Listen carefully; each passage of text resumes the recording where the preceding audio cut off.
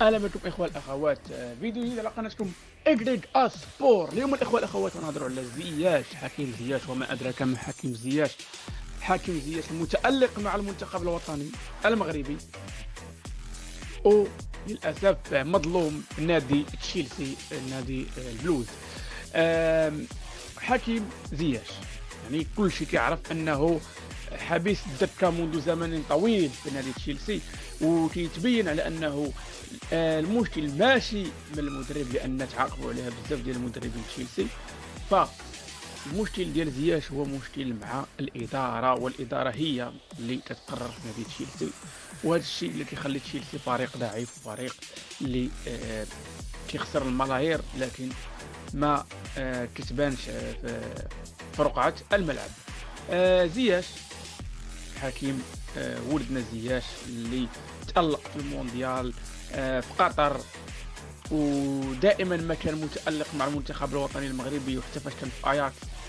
ف في هذا الاخر، في هذا الاول العام، في الوسط عفوا، في الوسط ديال العام، شهر واحد الاول العام، الاول العام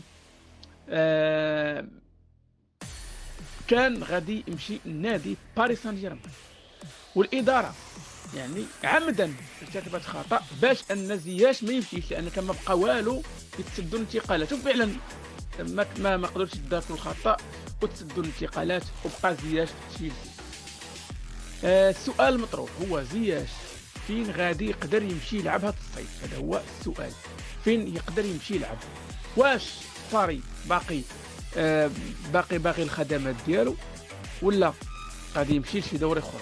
حاليا اللي كاين دابا، ما تقول لي لا من بعد لا قبل، اللي كاين دابا الصحف التركيه متعدده قالت انه زياش مهتم به جوج نوادي في تركيا، غالاتا ساراي وبشكتاش. غالاتا ساراي من شحال هذه حنا المساله عارفينها، من الانتقالات الصيفيه اللي فاتوا، وغالاتا ساراي تحاول تقدم عروض زياش لكن هو ما باغي.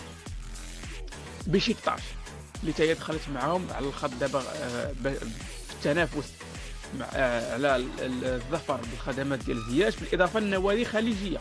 المهم حاليا باقي ما كاين حتى شي عرض رسمي من نادي خليجي، لكن كاينه هضره كتقول بين السعوديه شويه قطر.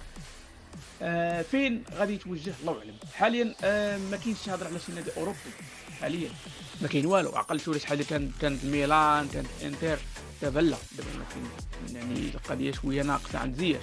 واش زياش غيفضل يبقى في تشيلسي، ولا غيقبل يمشي للخليج، ولا يمشي للدوري التركي؟ هذا هو السؤال. واش زياش يعني غادي يقبل انه يعني راه بواحد النسبه كبيره ما غاديش تبقى باين بحال دابا، لان واخا دابا تتالق مع المنتخب، راك مع نادي كبير اللي سميتو تشيلسي.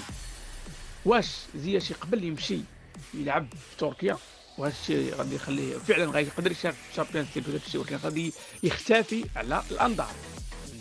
الدوري التركي ماشي واخا كتسمع تركيا وكذا تم كيتاهلوا للشامبيونز ليغ، تقدروا يلعبوا لي جروب وداك الشيء، ولكن ما كيتبعهمش بزاف ديال بنادم. يعني ما كاينش واحد المتابعه بحال راه تقدر يمشي يلعب في الدوري الهولندي. بالنسبه لي احسن ما يمشي يلعب في تركيا، لانه على الاقل الدوري الهولندي راه تحت الانظار، ولا الدوري البلجيكي ولا الفرنسي. يعني الدوري التركي نوعا ما ضعيف على هاد الدوريات هادو، الدوريات اللي كاين في اوروبا في الوسط.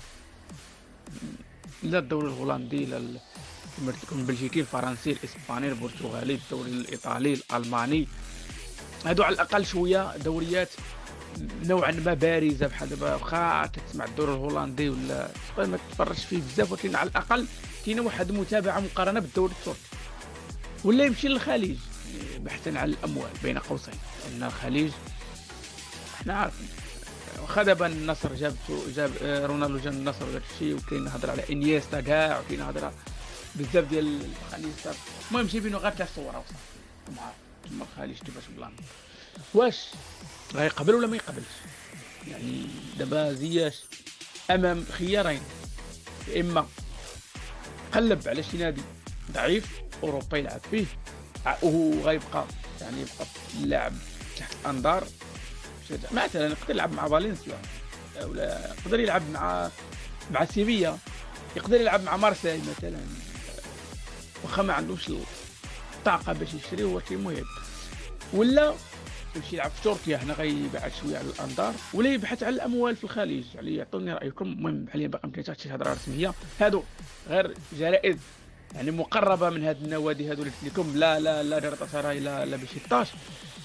آه، غير واحد الصحف يعني مقربه ليها، ما كاين حتى شي حاجه 100%، لان الانتقالات باقا ما بداتش. الصيف غادي تبان بزاف ديال المسائل، فخلوا لنا رايكم. هذا ما كان الاخوه والاخوات، كان معكم اخوكم يوسف من قناتكم إيغريك السبور. نتلاقاو في فيديو اخر، والسلام عليكم ورحمه الله تعالى